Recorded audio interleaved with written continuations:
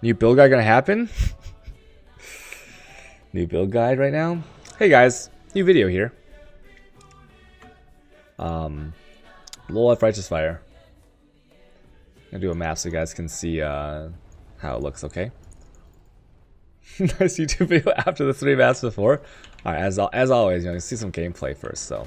This is unID'd. As long as it cannot regen, I can do the map, right? So the only restrictions are I do not do no regen at as an affix. Everything else, no problem. Reflect, 40% less recovery, it's all good, okay? So as you can see, it's like pretty speedy. If you ever see like the Righteous Fire turn off, it's not actually off, it's just a visual bug, okay? Build is pretty much the same as last league. I'll show you the gears and all that stuff later. Made some changes to the tree. Another thing to note, take a look at my ES for a second. I'm going to degen while standing still. Just give me a second here.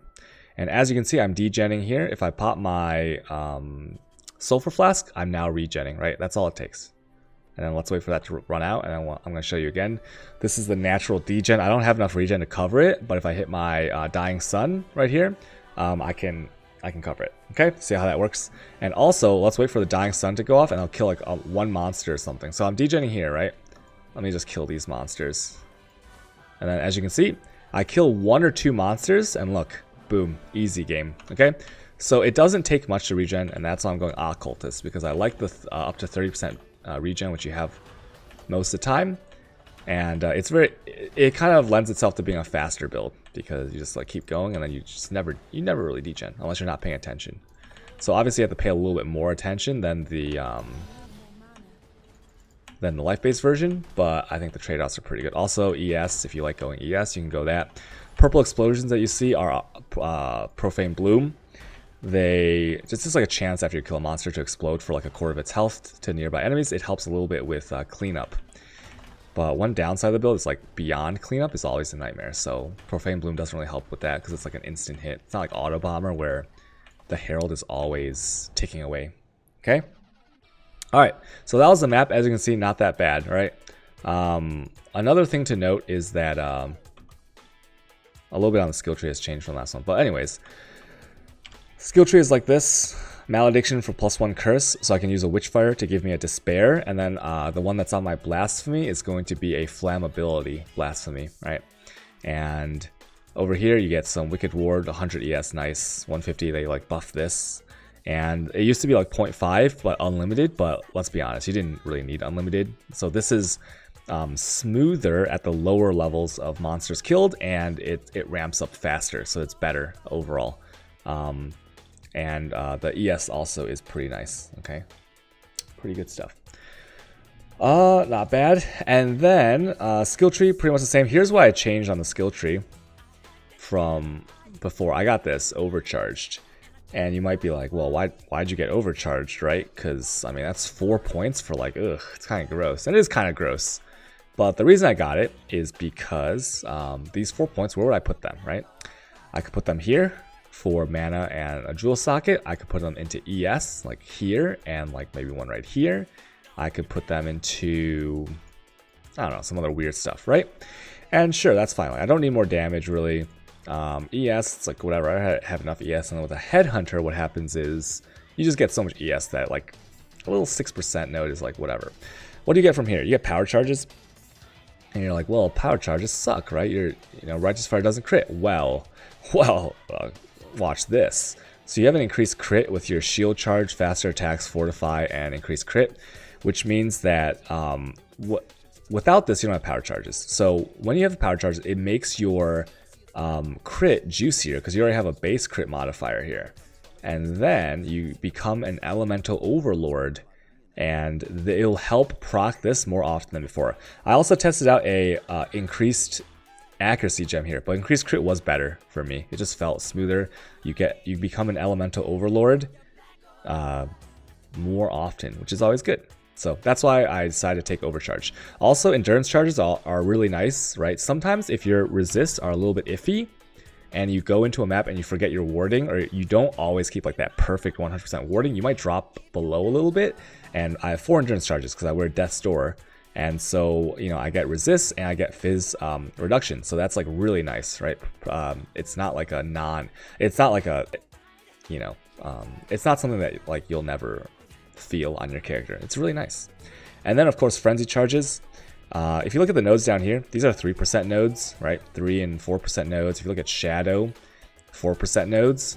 So this is 3% attack speed per node and 12%, is it 12% more damage, which is insane. I think it's better than a jewel socket with even quad jewel, okay? Are you sure the VOD doesn't get muted with Michael Jackson in the background?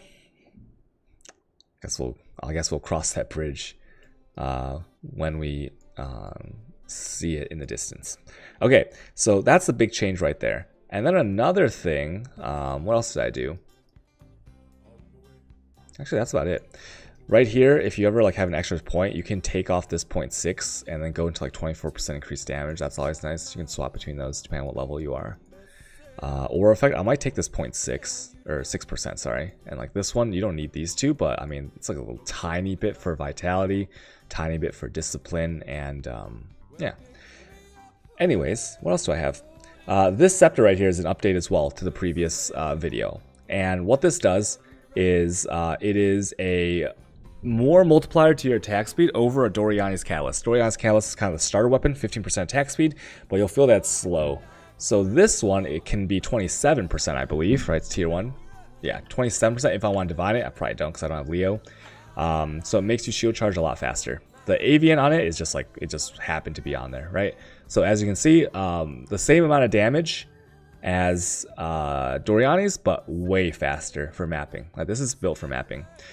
Helm, you just want a horror helm for your Righteous Fire for another link, and then burning damage, conk effect, increase AoE. It doesn't actually matter. Just try to get one support gem on there. It's gonna be expensive. This took me like 2 weeks to whoop.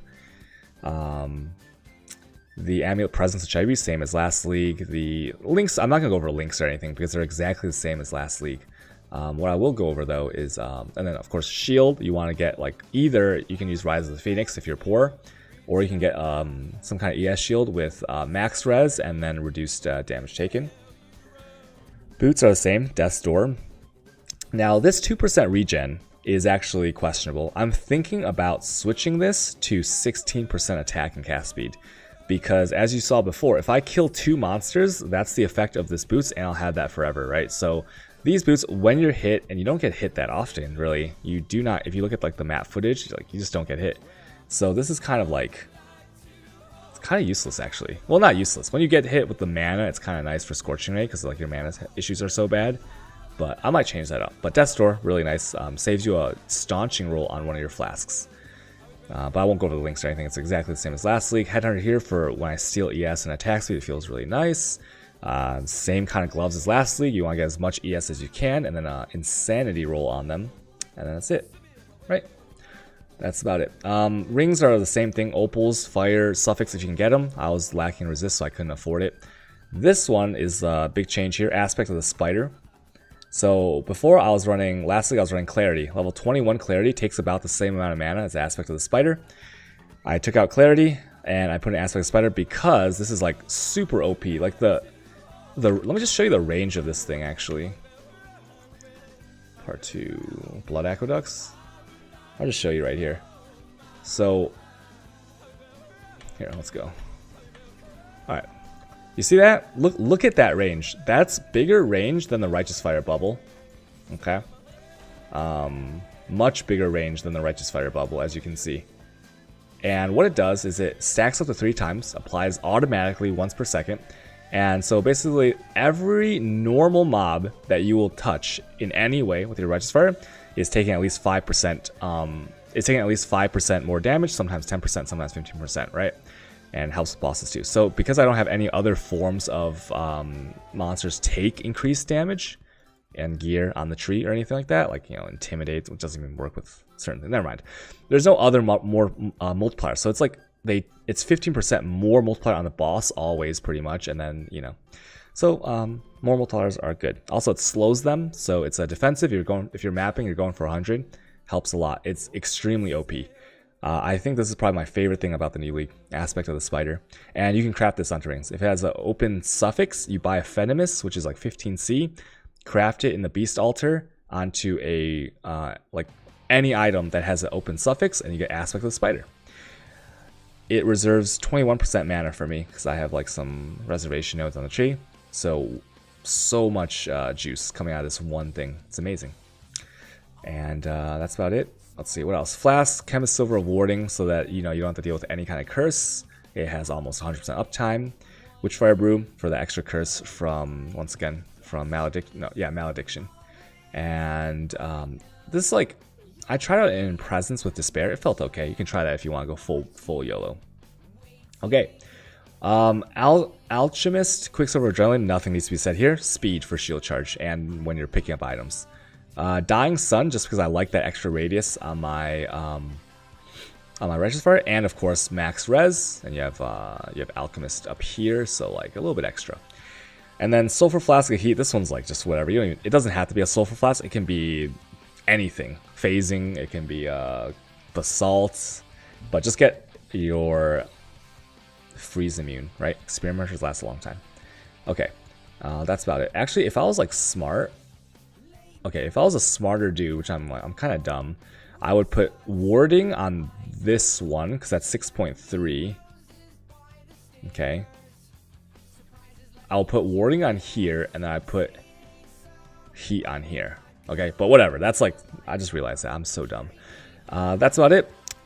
Gems, Watcher's Eye, I have like a 2.5% ES here and a Vitality regen 1 here. Other gems are just simply, you get ES, damages, attack speeds. What is this one? Damages and attack speeds, the usual stuff. That's about it. That's all that's really changed. Everything else is the same as the last video. You can refer to that. That's it. All right, hope you guys enjoyed the video. If you have questions, you can ask me on my stream at twitch.tv/cutedog_. All right, I'm going to cut that and export that to YouTube. Hopefully the Michael Jackson song in the middle of it didn't like booty blast the video. If so, I'm going to upload it anyways. It'll just have a small 3-minute muted section in the middle of the video. It'll be fine. I started watching Ore Monogatari. I love it. It reminds me of a romance version of Sakamoto Desuga.